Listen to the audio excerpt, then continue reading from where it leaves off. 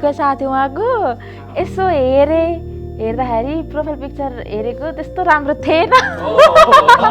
Profile picture त्यस्तो राम्रो थिएन अनि अरू फोटो यसो हेरेँ थिएँ ए राम्रो हुँदो रहेछ भनेर एक्सेप्ट गरेँ त्यसपछि यत्तिकै क्याजुअल कुराहरू भयो पछि ल परो यस्तै त होला नि होइन पहिलोचोटि भेट्दा त अब यस्तो अब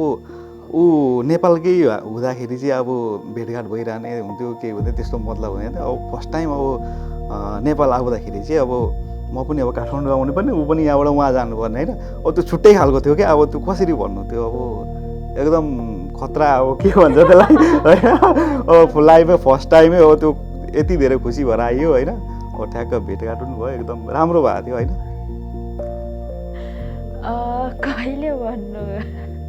हामी बोलेको झन्डै 1 वर्ष आदि भएपछि चाहिँ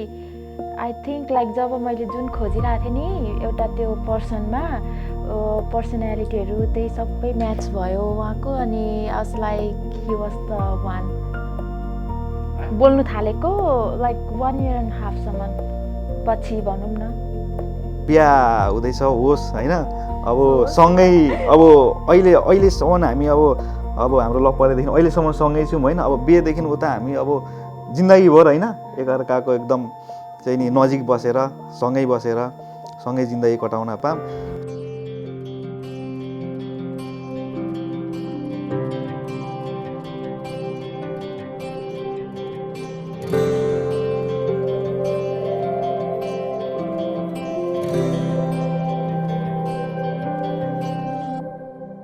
जीवनको बाटो यो हिँडेको अब सजाएर सपनाको एउटा संसार अनगिन्ती यादहरूलाई साथै राखेर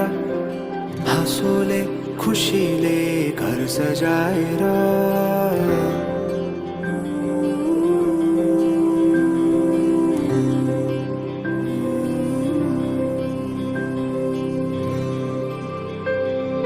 सुख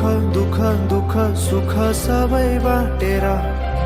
अन्तिम सास फेर्छु तिमीसँगै बाँचेर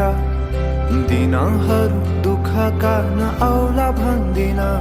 तर कटाउने छु सबै सँगै हाँसेर बाचा भयो तिमीलाई मेरो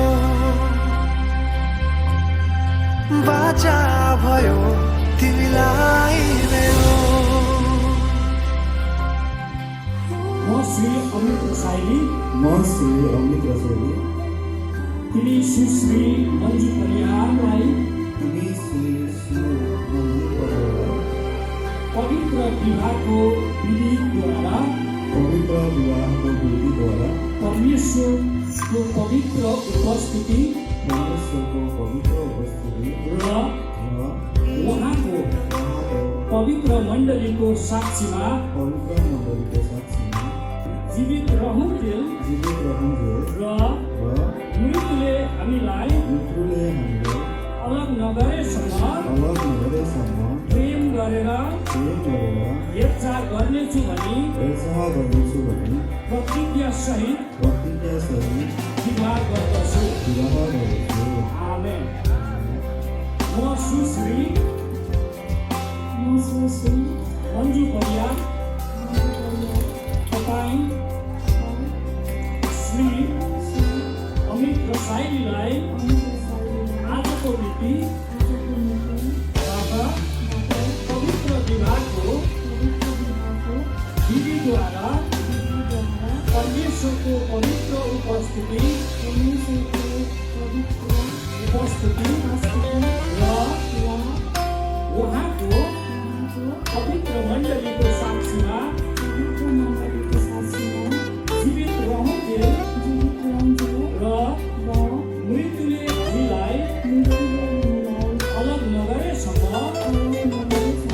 प्रेममा रहेर हेरचाह गर्नेछु भनी प्रतिज्ञा सहित विवाह गर्दछु आमेन। दुःख सुख सबै बाटेर अन्तिम सास फेर्छु तिमीसँगै बाँचेर दिनहरू दुःखका नआउला भन्दिन, तर कटाउने छु सबै सबै सँगै हाँसेर। बाचा भयो तिमीलाई